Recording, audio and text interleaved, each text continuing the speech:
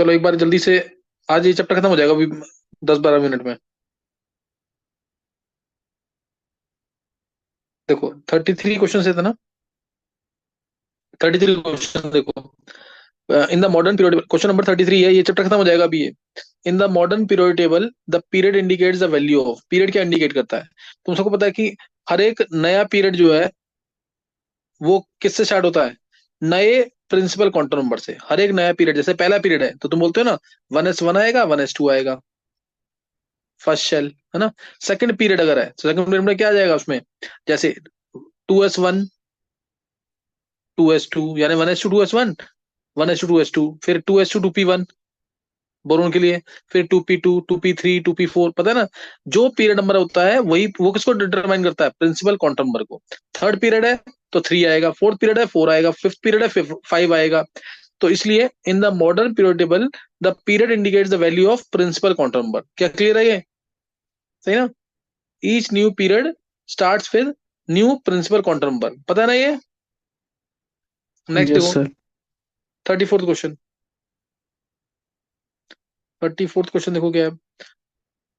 34th question है, which the following statements related to the modern period table is incorrect. Incorrect statement आनी है।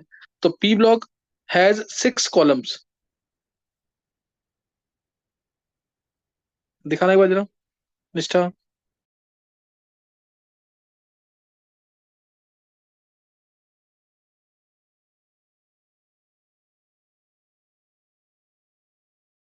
देखो, which the following statements related to modern period table is incorrect. पहला है the P block has 6 columns because a maximum of 6 electron can occupy all the orbitals in a P shell. P shell, यहाँ P subshell आना चाहिए, तो P subshell है ना। तो ये ध्यान, ये पी सबशेल आना चाहिए यहाँ पे। तो इसमें पी ब्लॉक में 6 कॉलम होते हैं, बिल्कुल सही है। क्योंकि पी ब्लॉक के अंदर क्या होगा? पी ब्लॉक के अंदर क्या आएगा? P1, P2, P3, P4, P5, P6।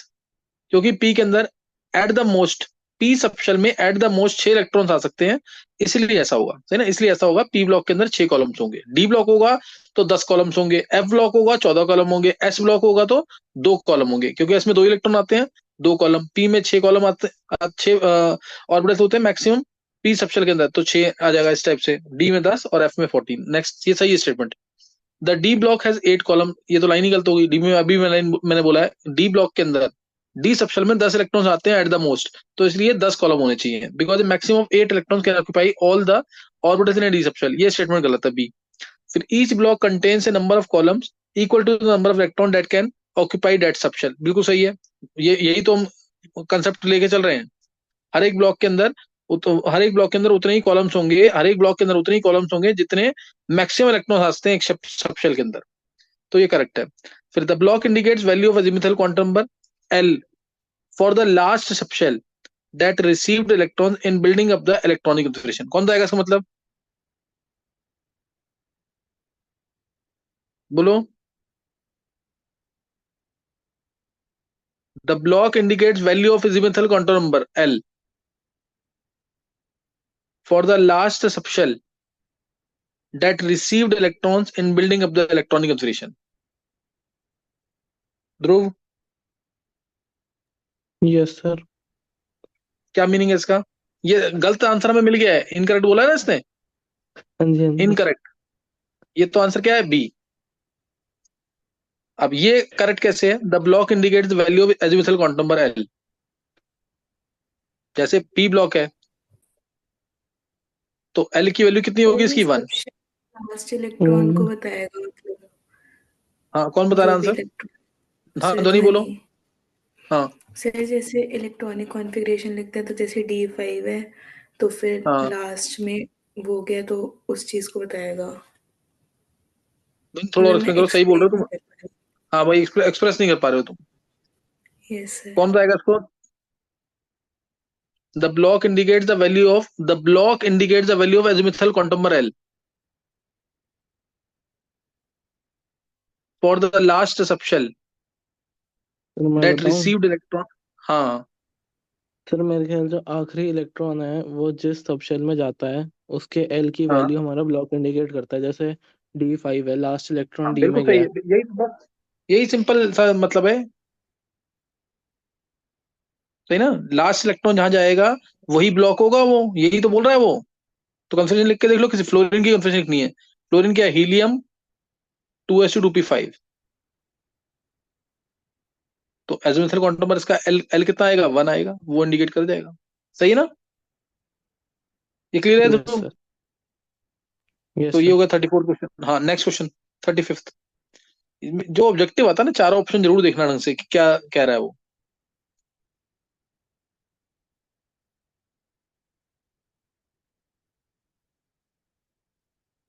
देखो, among anything that influences the valence electrons, anything that influences the valence electrons will affect the chemistry of the element, will affect the chemistry of the element.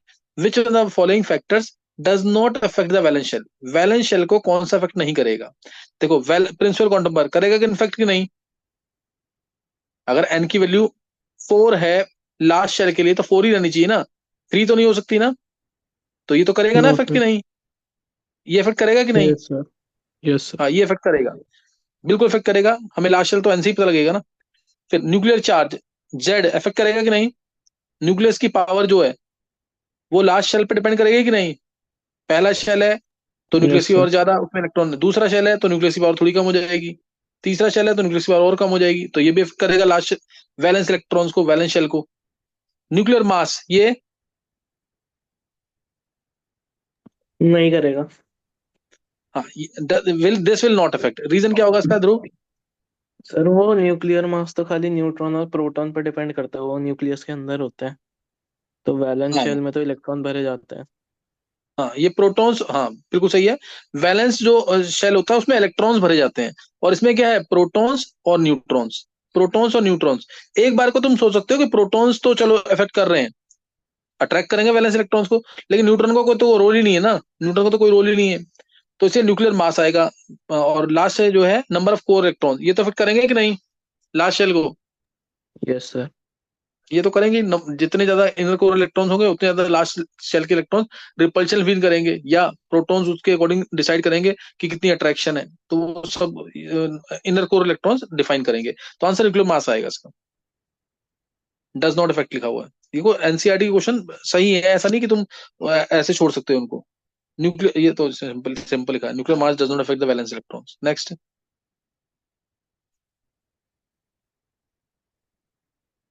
The size of isoelectronic species F minus neon, ये तो मैंने बहुत बार करा दिया है। Is affected by, किससे affect होगा yes sir. ये बहुत बार करा दिया है। किससे अफेक्ट होगा ये? तो जेड इफेक्टिव पर डिपेंड करता है। हाँ, इफेक्टिव न्यूक्लियर चार्ज। तो यानी क्या आंसर आ जाएगा इसका? ए, बी, ए जेड, या एन प्रिंसिपल क्वांटम नंबर, या फिर electron electron interaction in the outer orbitals, या फिर none of the factors because the size is same. क्या आ जाएगा आंसर इसका? सर न्यूक्लियर चार्ज होना चाहिए। सिंपल सा बिल्कुल, हाँ। एफ माइनस है, जितना ज्यादा मैंने कहा, इसमें 10 इलेक्ट्रॉन, इसमें 10 इलेक्ट्रॉन, इसमें 10 इलेक्ट्रॉन, जितना ज्यादा पॉजिटिव चार्ज उतना छोटा साइज, जितना ज्यादा नेगेटिव चार्ज उतना बड़ा साइज। लास्ट टाइम मैंने एक्सप्लेन किया था। नेगेटिव चार्ज ज्यादा तो Z effective, effective nuclear charge, nucleus की पावर कम, force of attraction between nucleus and valence electrons कम, साइज बढ़ जाएगा। ये एनायन के नेगेटिव चार्ज में होगा, पॉजिटिव में इसका उल्टा हो जाएगा। 36 क्वेश्चन क्या है? 36 क्वेश्चन दिखाना है एक बार निश्चय। खत्म हो गया क्या? 37, ये क्वेश्चन आ गया। देखो, which of the following statements is incorrect in relation to ionisation enthalpy? तो ये बताएंगे सोच करके। Ionisation enthalpy increases for each successive electron, कह सकते हैं ईच सक्सेसिव सही है इलेक्ट्रॉन। सर। मान लो अगर मैं, हाँ ये स्टेटमेंट सही है। मान लो इसमें एक इलेक्ट्रॉन है तो अट्रैक्शन थोड़ी कम होगी, 2 इलेक्ट्रॉन आएंगे तो अट्रैक्शन और बढ़ जाएगी, क्योंकि प्रोटॉन भी कॉरस्पॉन्डिंगली बढ़ेंगे। तो सक्सेसिव इलेक्ट्रॉन बढ़ेगा सेम शेल के अंदर, तो इसलिए न्यूक्लियर चार्ज बढ़ेगा और इससे अट्रैक्शन ज्यादा बढ़ जाएगी, तो आयनिक एनर्जी क्या हो जाएगी? ज्यादा हो जाएगी, सही ना। इलेक्ट्रॉन को निकालने में ज्यादा एनर्जी देनी पड़ेगी, इसलिए तो ये करेक्ट स्टेटमेंट है। The greatest increase in ionic enthalpy is experience on removal of electron from core noble gas configuration. ये तो बिल्कुल करेक्ट स्टेटमेंट है। नोबल गैस कॉन्फिगरेशन है तो स्टेबल कॉन्फिगरेशन होती है, तो इलेक्ट्रॉन को निकालने के लिए ज्यादा एनर्जी देनी पड़ेगी, ये बिल्कुल सही स्टेटमेंट है। End of valence electrons is marked by a big jump in ionisation enthalpy. ये ट्रू है कि नहीं? अगर वैलेंस इलेक्ट्रॉन से एंड हो जाए तो क्या होगा? There will be big jump in the, there will be large gap in the ionisation energy. ये ट्रू है फॉल्स है? सर ट्रू होगा। ये भी ट्रू है, बिल्कुल सिंपल सा स्टेटमेंट। तो बी और सी लगभग मिलते मिलते मिलते जुलते हैं। फिर नेक्स्ट अब है, removal of electron from orbitals bearing lower N value is easier. देखो लोअर एन वैल्यू कह रहा है, मान लो पहले शेल से इलेक्ट्रॉन निकालना है तुम्हें, तब एनर्जी ज्यादा होगी, कि दूसरे शेल से इलेक्ट्रॉन निकालना है, तब एनर्जी ज्यादा होगी? तो पहले शेल से एनर्जी निकालेंगे तो अट्रैक्शन ज्यादा होगी न्यूक्लियस से, तो एनर्जी ज्यादा होनी चाहिए ना। तो ये तो कह रहा है low with lower N value is easier. Easier तो नहीं होगा, वो तो डिफिकल्ट हो जाएगा, इसलिए ये स्टेटमेंट गलत है। तो आंसर हमारा यही होगा। नेक्स्ट क्या है?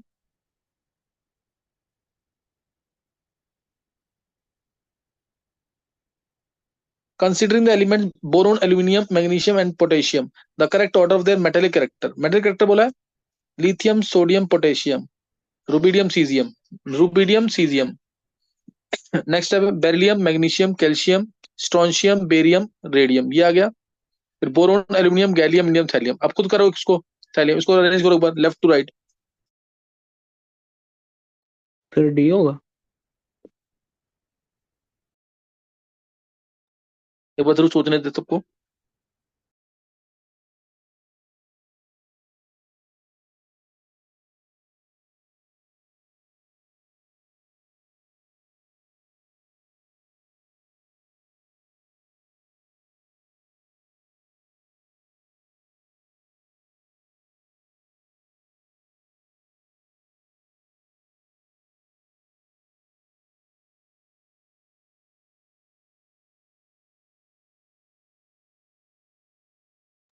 निकालिए आंसर।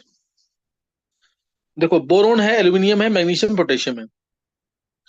तो बता, ग्रुप में जाएंगे नीचे, साइज बढ़ेगा तो इलेक्ट्रॉन लूज करने की टेंडेंसी बढ़ेगी। यानी अल्कली मेटल्स होंगे वो बहुत अच्छे रिड्यूसिंग एजेंट्स होंगे, उनका मेटेलिक करेक्टर भी ज्यादा होगा। और मेटेलिक करेक्टर बढ़ेगा as we move down the group. Left to right जाएंगे साइज छोटा होगा, लेफ्ट टू राइट जाएंगे साइज छोटा होगा, तो फिर इलेक्ट्रॉन देने की टेंडेंसी कम हो जाएगी, इसलिए मेटेलिक करेक्टर या रिड्यूसिंग करेक्टर कम हो जाएगा।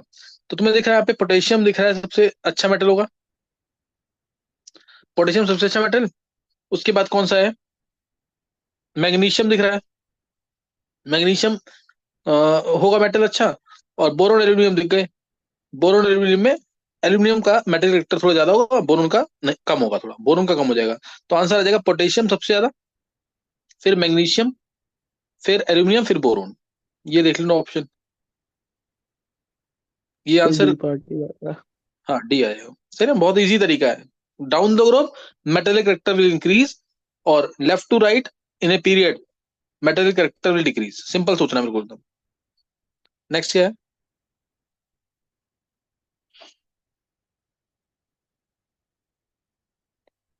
Considering the elements boron, carbon, nitrogen, fluorine and silicon, the correct order of their non metallic character is. Non metallic character बोला है तो सेम चीज सोचनी है बिल्कुल। अब देखो इसमें मैं बोरोन से बात करूँ, हाँ बोरोन की, boron, aluminium, gallium, carbon, silicon, germanium, nitrogen, phosphorus, arsenic, oxygen, sulphur, selenium, fluorine, chlorine, bromine. यही चल रहा है ना, बाकी को तो आया नहीं कोई भी। हाँ तो अब तुम देख लो इसमें, तुम्हें इसमें दिख रहा है फ्लोरीन है सबसे ज्यादा नॉन मेटेलिक होगा। फ्लोरीन के बाद दिखेगा हमें नाइट्रोजन, है ना, नाइट्रोजन, फिर नाइट्रोजन दिख रहा है, नाइट्रोजन के बाद कार्बन है, और फिर है बोरोन, और एक सिलिकॉन और दे रखा है, सिलिकॉन और दे रखा है। तो आंसर इसके बेसिस पे निकाल लो। सबसे अच्छा नॉन मेटल क्या होगा? फ्लोरीन होगा। सबसे अच्छा नॉन मेटल फ्लोरीन, तो दो ऑप्शन दिखी गए यहाँ पे। उसके बाद उसके बाद क्या आ जाएगा फ्लोरीन के बाद? नाइट्रोजन। नाइट्रोजन के बाद, नाइट्रोजन। हाँ नाइट्रोजन आ जाएगा, फिर कार्बन, कार्बन। बोरोन, और फिर आ जाएगा हमारा सिलिकॉन। सही ना, सिलिकॉन आ जाएगा फिर, या सिलिकॉन। बात समझ आएगी नहीं ये? Yes sir. तो आंसर क्या आ रहा है इसका? सर सी पार्ट होना चाहिए। डी पार्ट आ जाएगा, हाँ। समझ आ गया कि नहीं है? नेक्स्ट देखो।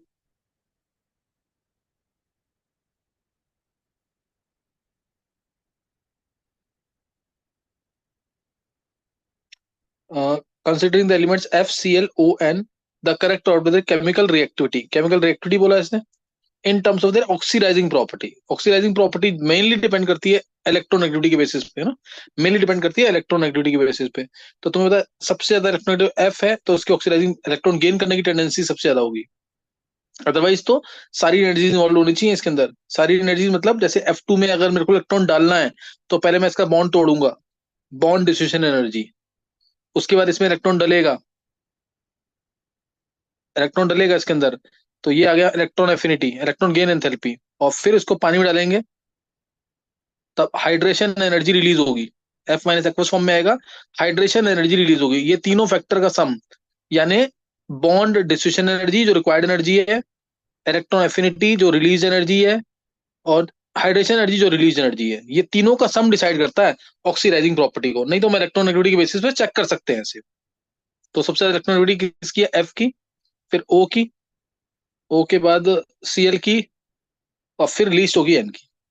FOClN, ये आ जाएगा आंसर इसका, है ना, FOClN। आंसर क्या है इसका देखना है? तो ये करना जरूर, इंपॉर्टेंट क्वेश्चन है ये। यही आंसर है ना ऑक्सीजन पर, हाँ यही आ जाएगा FOClN। नेक्स्ट गाना निश्चय, पता होगा ना। Yes sir.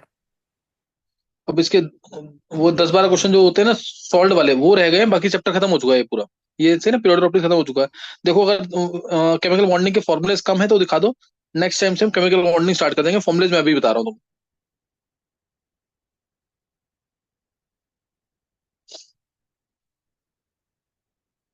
इसको एक्सपेंड कर दो एक बार।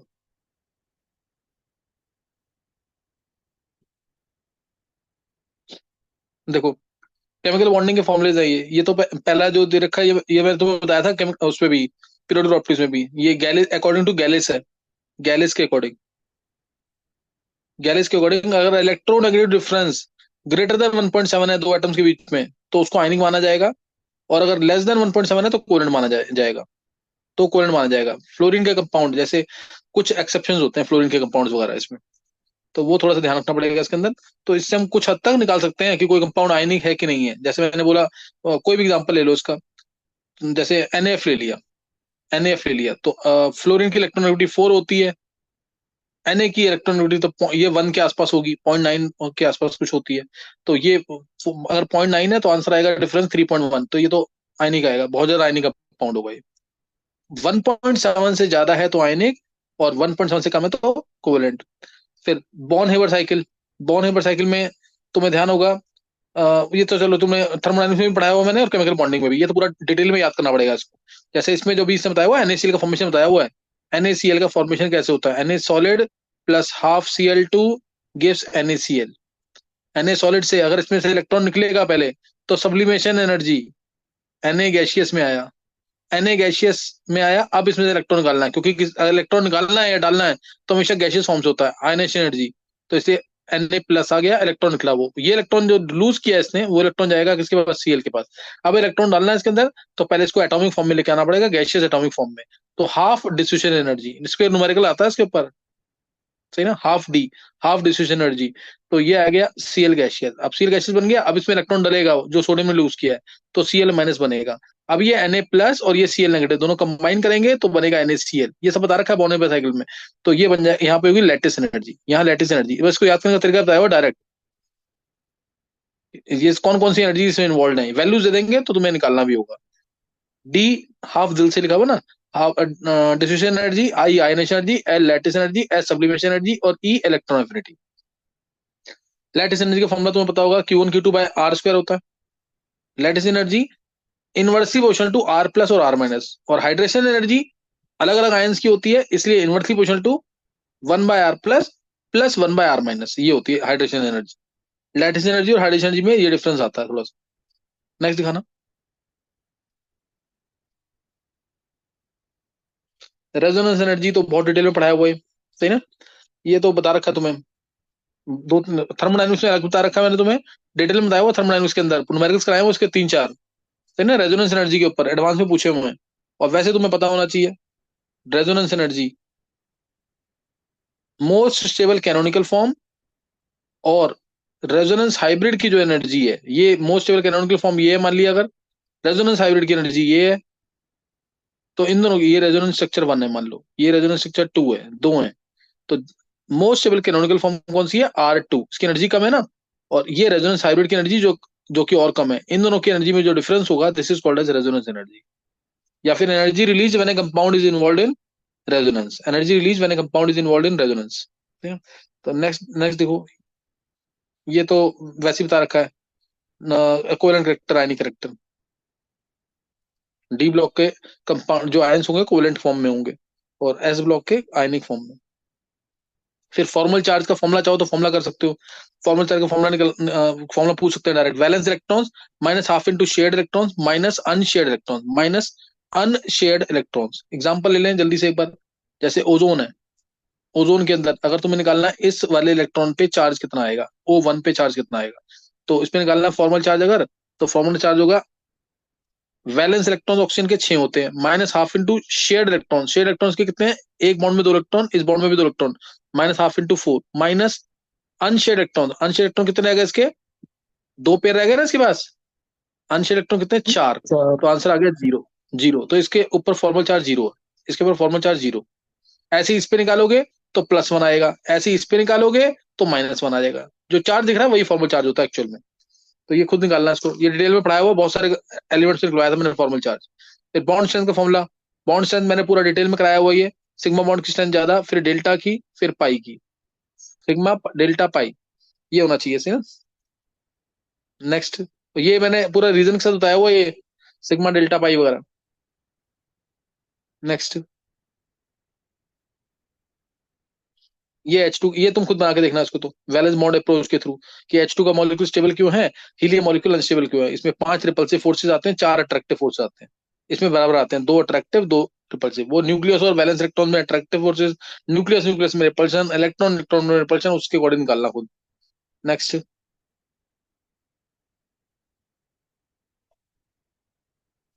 ये बता रखा है, lone pair repulsion, lone pair repulsion सबसे ज्यादा होगी, lone pair bond pair repulsion थोड़ी कम हो जाएगी, बॉन्ड पेयर रिपल्शन सबसे कम। रूल सिंपल सा बिल्कुल, लोन पेयर जो है, लोन पेयर किसी भी, जैसे नाइट्रोजन के ऊपर लोन पेयर है, तो ये लोन पेयर सिंगल इलेक्ट्रॉन से अट्रैक्टेड है। बॉन्ड पेयर जो होगा वो दो एटम्स के बीच, जैसे एच, बॉन्ड पेयर जो होगा दो एटम्स के बीच में, यानी दो न्यूक्लियस से अट्रैक्टेड होता है, दो न्यूक्लियस से अट्रैक्टेड है, तो इसलिए रिपल्शन कम क्रिएट करेगा। तो ये कर लेना, मल्टीपल बॉन्ड में रिपल्शन ज्यादा, मल्टीपल बॉन्ड सिंगल बॉन्ड में रिपल्शन थोड़ी कम, क्योंकि मल्टीपल बॉन्ड अगर होता है तो उसमें पाई इलेक्ट्रॉन्स होते हैं, पाई इलेक्ट्रॉन्स हमको उसको फ्री मानते हैं इसलिए। तो ये स्ट्रेंथ का इसको भी कर सकते हो तुम।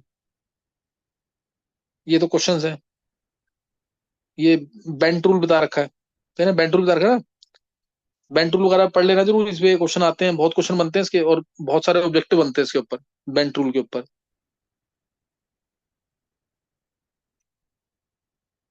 वो जो बता रखा है ना, परसेंटेज पी कैरेक्टर बढ़ेगा तो बॉन्ड लेंथ बढ़ेगी, वो देखना जरूर इसको।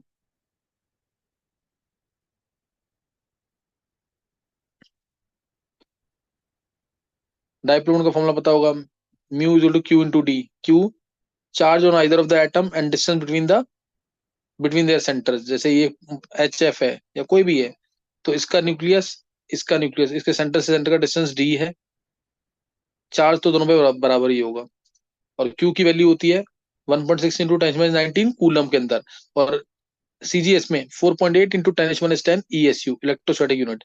1 कूलम यहाँ से निकालोगे डिवाइड करके तो कितना आ जाएगा, 1 कूलम की वैल्यू कितनी आ जाएगी, 3 इंटू 9 ESU। 1 डिबाई क्या होता है, डिबाई DEBYE होता है, 1 डिबाई 1D जिसको लिखते हैं, 10⁻−18 ESU सेंटीमीटर, सही ना, ESU सेंटीमीटर, कूलम मीटर में बता रखी वैल्यू 3.3 इंटू 10⁻30 कूलम मीटर। तो ये तुम निकाल लोगे, ये पता होना चाहिए, ऑब्जेक्टिव में पूछा हुआ सब ये।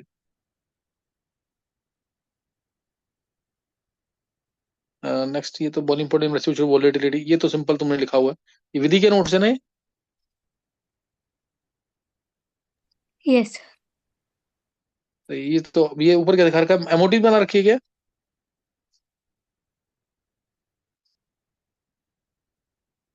ये अक्षित क्लास में है, अक्षित,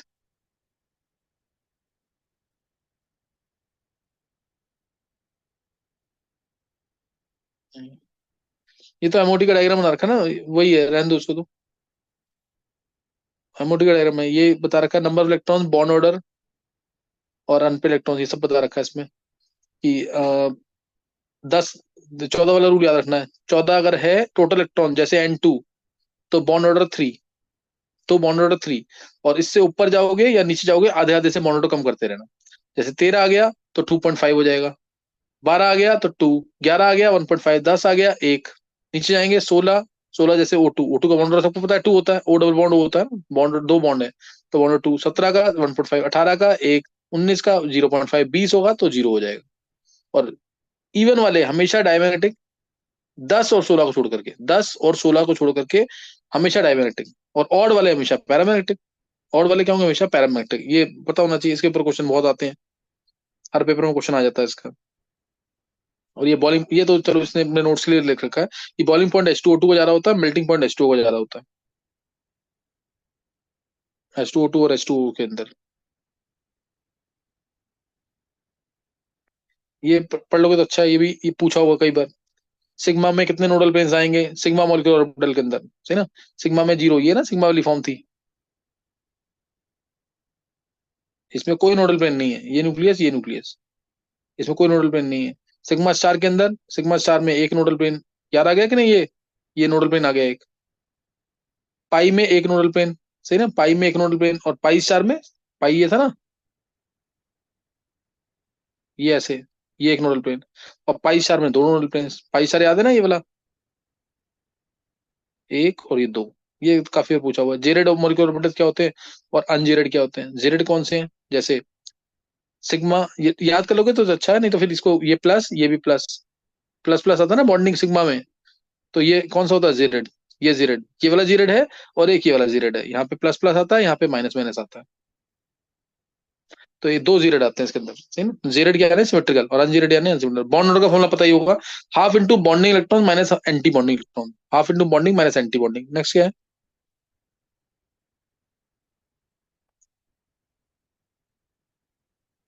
ये वही चीज है। स्ट्रेंथ सिग्मा की ज्यादा होती है पाई से, साइज बढ़ेगा स्ट्रेंथ कम होगी। डायरेक्शनल नेचर, चलो ये तो सही है, डायरेक्शनल नेचर जितना ज्यादा होगा स्ट्रेंथ उतनी ज्यादा होगी। ये कौन सा ऐसा मॉलिक्यूल है, PF5, PCl5, PBr5, PI5, जिसमें सारी बॉन्ड लेंथ इक्वल होती हैं, याद है कि नहीं। ये PF5 due to Berry pseudorotation, ये डिटेल में एक्सप्लेन किया हुआ मैंने, है ना, बैरी स्यूडो रोटेशन। PF5 के अंदर पांचों बॉन्ड लेंथ इक्वल आती है जब इसका non rigid structure, flexible structure होता था। रिजिड स्ट्रक्चर में नहीं, फ्लेक्सिबल स्ट्रक्चर में। फिर हाइब्रिडेशन इंडेक्स, इंडेक्स का फॉर्मूला निकलवाया, वो डिराइव कराया हुआ है फॉर्मूला, ड्रैगोज रूल जब पढ़ाया था। तो उसे cos theta equal to S upon में S-1, cos theta equal to P-1 upon में P। तो इस फॉर्मूले से तुम परसेंटेज एस कैरेक्टर या परसेंटेज पी कैरेक्टर निकाल सकते हो। जैसे अगर मैं SP हाइब्रिडेशन निकालना है परसेंटेज एस कैरेक्टर, या तुम्हें एंगल दे दे 180 डिग्री का एंगल है, तो कॉस 180 कितना होता है, -1, कॉस कॉस 180 की वैल्यू कितनी होती है, -1। -1। तो ये कितना आ गया, -1 इज टू एस अपॉन में S-1। तो 1 minus S is to S, 2s to 1, S आ गया ना, हाफ हाफ मतलब 50%। S character 50% P character. तो इसे तुम क्या निकाल सकते हो, percentage S character, percentage P character, अगर तुम्हें एंगल पता है तो। फिर नेक्स्ट, ये तो PH3 PF3, ये तो एक्सेप्शन लिखे हुए हैं इसने। H2SSF2, ये सब पढ़ाया हुआ है डिटेल में, ये तो है ना, ये सब करा रखा है। डाइप्लोमेट सेम, अच्छा ये भी कंसेप्ट लिखा हुआ है इसने थोड़ा सा। ऑर्थो मेटा पैरा का सेम ग्रुप है, डोनेटिंग ग्रुप प्रेजेंट है तो ऑर्थो की डायप्लोमेट ज्यादा, फिर मेटा की भी पैरा की। विड्रॉइंग ग्रुप है तो भी ऑर्थो मेटा पैरा अलग अलग है, एक ऑर्थो, एक डोनेटिंग, एक विड्रॉइंग, तो डायप्लोमेट पैरा की ज्यादा हो जाती है। ये वही चीज है। ऊपर करो, ऊपर कुछ मिस हो रहा है शायद, ये तो वही वही चीज लिखी है, हाँ ऊपर करो। ये क्या है, और ऊपर करो। ये तो करा इधर, ये types of salt, types of salt जरूर कर लेना, इसके ऊपर क्वेश्चन आया हुआ है, एडवांस में भी पूछा हुआ है, नीट में भी पूछा हुआ है। नॉर्मल सॉल्ट जिसके अंदर सारे ओ चाइंस बेसिक खत्म, सारे H+ आयंस खत्म, जैसे NaCl, ये नॉर्मल सॉल्ट है। एसिडिक सॉल्ट मतलब यानी एसिड का एक H बच जाए, जैसे NaHSO4, NaHSO4, NaHS, NaHCO3, ये सब एसिडिक सॉल्ट होती हैं। बेसिक सॉल्ट कौन सी है, जिसमें बेस के ओ चाइंस बच जाए, तो बेसिक सॉल्ट है। कम्प्लेक्स सॉल्ट कौन सी है, Cu, जैसे कम्प्लेक्स सॉल्ट CuNH3 होल 4 2+, स्वीडिजर साइंस कहते हैं इसको, स्वीडिजर साइन। या फिर कोई भी, ये बेसिक, ये कौन सी है complex salt, AgNH3 whole twice plus, ये क्या है कम्प्लेक्स सॉल्ट। डबल सॉल्ट कौन सी है, कार्बोनाइट, जैसे 3 एग्जांपल बेस्ट है जो तीनों करनी है, KCl.MgCl2.6H2O, ये क्या है कार्बोनाइट, ये है डबल सॉल्ट। ये डबल सॉल्ट है जिसमें दो सॉल्ट इक्विमोलर प्रोपोर्शन में मिक्स होती हैं। और एग्जांपल इसकी थी potassium, K2SO4 whole thrice dot, कितना H2 होता है इसमें, कितना H2 आएगा विधि। 24। हाँ 20.24H2। इसके अंदर मैंने तुम्हें बहुत सारी बताई थी। पोटेशियम की जगह क्या क्या आ सकता है और क्या नहीं आ सकता, बताओ विधि इसमें। पोटेशियम की जगह, ये IIT का क्वेश्चन है ये, पोटेशियम की जगह क्या आ सकता है क्या नहीं आ सकता। फिलहाल कोई यहाँ गाना पे गाकर मनाए। नहीं, इसमें पोटेशियम की जगह, पोटेशियम, लिथियम के अलावा। हाँ लिथियम के अलावा कोई भी अल्कली मेटल और एमोनियम, याद आ गया कि नहीं। सोडियम, पोटेशियम, रुबिडियम, सीजियम, ये आ सकते हैं। एंड एमोनियम, लिथियम नहीं आ सकता क्योंकि लिथियम आयन छोटा, सल्फेट आयन को संभाल नहीं पाएगा। Larger cation stabilises larger ion. Aluminium की जगह क्या क्या आ सकता है, ध्वनि याद है। से नहीं। Fe3+, Al3+, फिलहाल कोई CO3+, गा कर Cr3+, मनाए Mn3+, ये सब आ सकते हैं इधर, सही ना। फिर ऐसे मिक्स सॉल्ट कौन सी है, माइक्रोकॉस्मिक सॉल्ट याद होगा, NaNH4.HPO4.4H2O, माइक्रोकॉस्मिक सॉल्ट, सही ना, माइक्रोकॉस्मिक सॉल्ट, चीनी मिट्टी वगैरह जो कहते हैं इसको। तो ये आ जाएगा इसमें, ये 6 तरीके की सॉल्ट है, पूछते हैं ये कौन सी, जैसे बोलेगा वो Na2HPO3, ये कौन सी सॉल्ट है, ये कौन सी सॉल्ट होगी, चेक करो नीचे करना। निशा टाइम रह रहा है कि खत्म हो गया। सर 5 मिनट है। अच्छा करो। बोरोन, बीबी सिंगल बॉन्ड में कौन सा बॉन्ड होता है, बीबी सिंगल बॉन्ड के अंदर बता रखा है ये, MODC पता लगेगा इसके अंदर, ये बीबी में सिंगल बॉन्ड में कौन सा है, पाई बॉन्ड है। C2 जो बनता है, C2 का बॉन्ड 2 आता है, इसमें दोनों बॉन्ड कौन से होते हैं, पाई बॉन्ड होते हैं, ये सब प्रूफ दे रखा है, ये पता होना चाहिए, लिखा हुआ है इसमें, C2 में दोनों दोनों पाई बॉन्ड है, वेपर फेज के अंदर ऐसा होता है। और इसके अंदर जो बीबी सिंगल बॉन्ड है ना, सिंगल बॉन्ड में 2 हाफ पाई बॉन्ड्स होते हैं, 2 हाफ पाई बॉन्ड्स, ये पता होना चाहिए, सारी डिटेल दी हुई है इसमें। नेक्स्ट क्या है, अब ये SP मिक्सिंग बहुत डिटेल में पढ़ाया हुआ टॉपिक। ये क्वेश्चन कराया लिथियम 2 के अंदर, Li2 के अंदर टोटल मॉलिक्यूलर ऑर्बिटल्स कितने हैं, एक लिथियम 1s2 2s1, दूसरा लिथियम 1s2 2s1, तो तुम्हें लगेगा ऐसा है कि मॉलिक्यूलर ऑर्बिटल्स के अंदर सिर्फ 4 हैं, लेकिन एक्चुअल में इसके अंदर मॉलिक्यूलर ऑर्बिटल कितने हैं, 10, क्योंकि 2p0 जो है उसके मॉलिक्यूलर ऑर्बिटल्स काउंट होंगे, तो टोटल 10 मॉलिक्यूलर ऑर्बिटल्स आएंगे इसके। लिथियम से लेके नियोन तक सब में 10 मॉलिक्यूलर ऑर्बिटल्स। नीचे दिखाना, बोरोन कार्बन नाइट्रोजन में sp मिक्सिंग होती है, इसमें नहीं होती है, क्यों नहीं होती है, सब डिटेल दी हुई है। नेक्स्ट,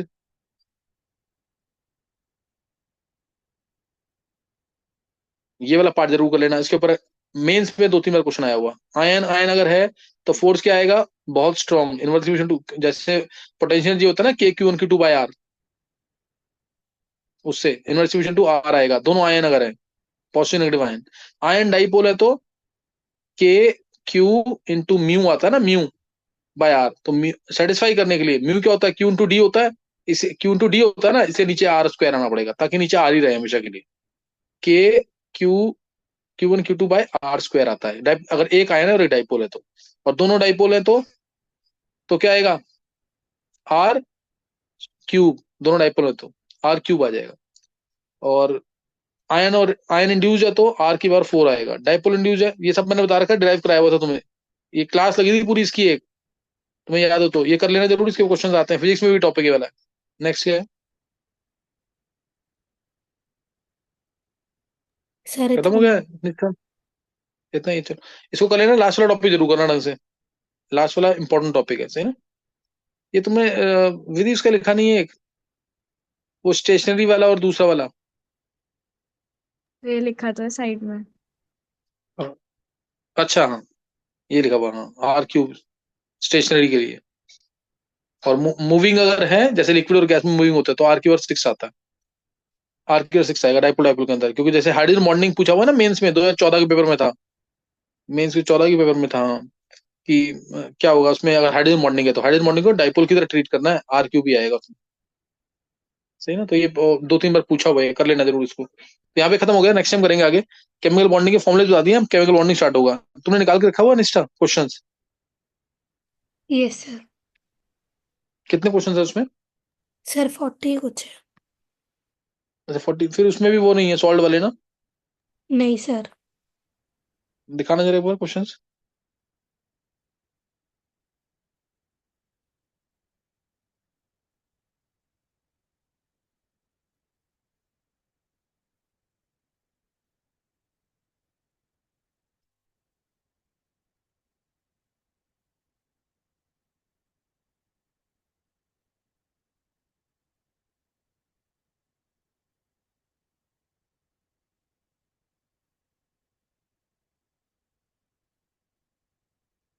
देखो, explain the formation of chemical bond, यहाँ से स्टार्ट है।